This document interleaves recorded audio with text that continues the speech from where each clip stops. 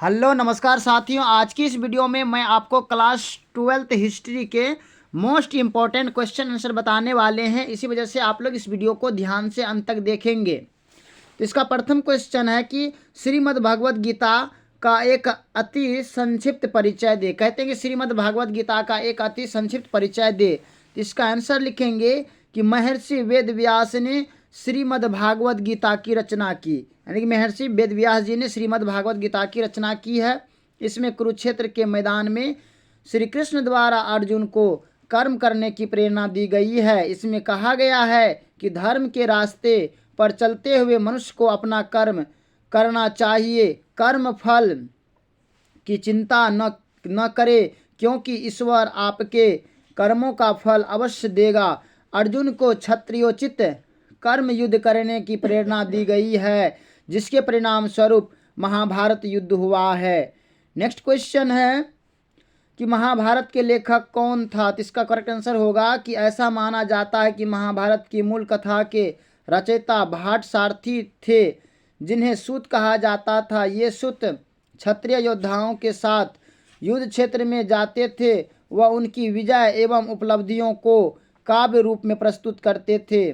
मूल महाभारत में प्रारंभ में 1000 से कम श्लोक, बाद में यह बढ़कर 1,00,000 से भी अधिक हो गया। इसके रचयिता महर्षि व्यास थे। नेक्स्ट क्वेश्चन है, महाभारत युद्ध पर संक्षिप्त टिप्पणी लिखे। इसका आंसर लिखेंगे कि महाभारत युद्ध कुरुक्षेत्र में कौरवों और पांडवों के मध्य कुरु साम्राज्य के सिंहासन की प्राप्ति के लिए लड़ा गया युद्ध था। यह प्राचीन कालीन भारत का सबसे बड़ा युद्ध था। यह युद्ध 18 दिनों तक चला था। इनमें कौरवों की तरफ से भीष्म पितामह, कर्ण, द्रोणाचार्य, कृपाचार्य, अश्वत्थामा, धृतराष्ट्र के 100 पुत्र आदि थे। पांडवों की तरफ से 5 पांडव, अभिमन्यु, घटोत्कच आदि थे। अर्जुन के सारथी भगवान श्री कृष्ण थे। इसमें पांडवों की विजय हुई थी। नेक्स्ट क्वेश्चन है कि वैदिक काल में आश्रम व्यवस्था पर प्रकाश डाले। इसका आंसर लिखेंगे, उत्तर वैदिक काल में वर्ण व्यवस्था के साथ साथ आश्रम व्यवस्था भी भारतीय समाज का अंग बन गई थी।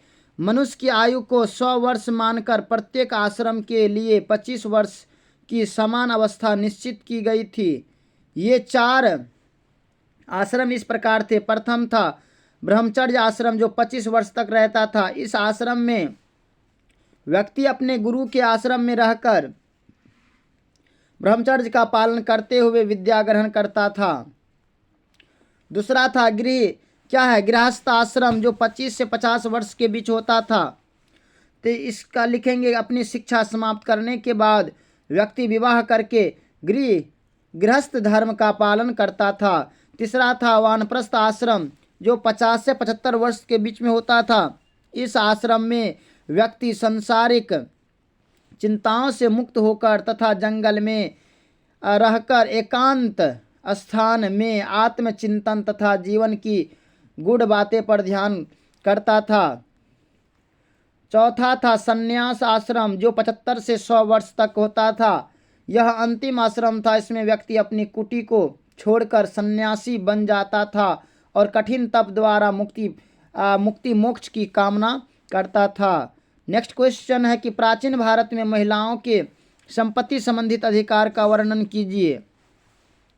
इसका आंसर लिखेंगे, ऋग्वैदिक काल में परिवार की समाप्ति पर पिता का एक अधिकार होता था। पिता की मृत्यु के पश्चात यह अधिकार पुत्र को मिलता था।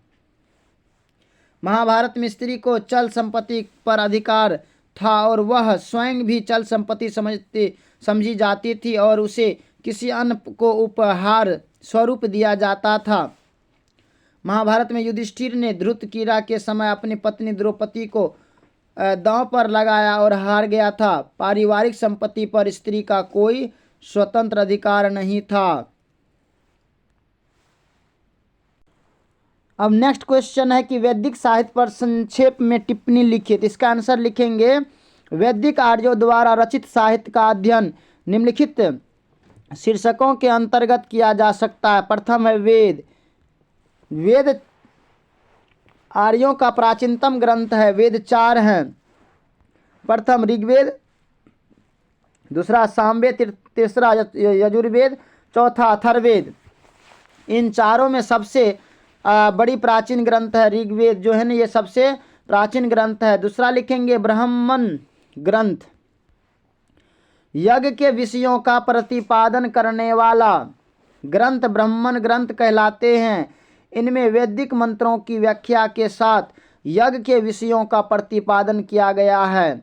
तीसरा लिखेंगे अरण्यक, यानी कि वनों तथा अरण्यों में रहकर विभिन्न ऋषियों ने जिस साहित्य की रचना की अरण्यक कहलाए थे।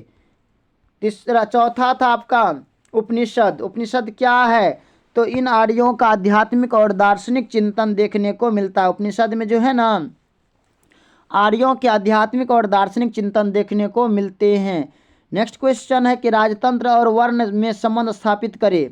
इसका आंसर लिखेंगे प्राचीन भारत में सैद्धांतिक रूप से राजतंत्र और वर्ण में गहरा संबंध था। अर्थव्यवस्था और धर्म सूत्रों में राजतंत्र और वर्ण व्यवस्था का उल्लेख किया गया है। धर्म सूत्रों के सलाहकार ब्राह्मण पुरोहित होना चाहिए। प्रशासन में ब्राह्मणों का सर्वोच्च स्थान प्राप्त था। गौतम के अनुसार राजा तथा वेद के ज्ञानी ब्राह्मण ये दोनों संसार को नैतिक व्यवस्था के नियामक हैं। यह भी कहा गया कि राजा सभी का स्वामी होता है किंतु ब्राह्मण का नहीं। इस प्रकार प्राचीन भारत में सैद्धांतिक रूप से क्षत्रिय को ही आदर्श राजा के रूप में मान्यता प्राप्त था। इसी प्रकार पुरोहित व सलाहकार के रूप में ब्राह्मण स्थापित थे। वैश्यों और शूद्रों के कर्तव्य निर्धारित थे और वे राजकाज से दूर रहकर कृषि कार्य एवं सेवा का दायित्व निभाते थे। नेक्स्ट क्वेश्चन है कि प्राचीन भारत में वर्ण व्यवस्था पर प्रकाश डाले। इसका आंसर लिखेंगे ऋग्वेद के पुरुष सूक्त तथा महाभारत के शांति पर्व से जानकारी मिलती है कि ब्रह्मा यानी कि विराट रूप के मुख से ब्राह्मण, बाहु से क्षत्रिय, जंघा से वैश्य तथा पैरों से शूद्र वर्ण की उत्पत्ति हुई। प्रारंभ में चातुर्वर्ण्य व्यवस्था का आधार कर्म था।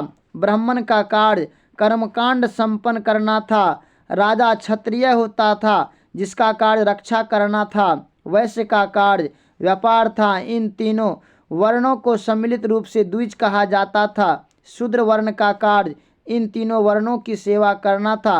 कालांतर में यह व्यवस्था कर्म के स्थान पर जन्म पर आधारित हो गई है। नेक्स्ट क्वेश्चन है कि ऋग्वेदिक काल में नारी की दशा कैसी थी। इसका आंसर लिखेंगे ऋग्वेदिक काल में नारी को बड़ा आदर और सम्मान प्राप्त था। वे अपनी योग्यता के अनुसार शिक्षा ग्रहण करती थी। विश्व, आरा, घोषा, पाला आदि इतनी विदुषी स्त्रियां हुई कि उन्होंने ऋग्वेद के मंत्रों की रचना की।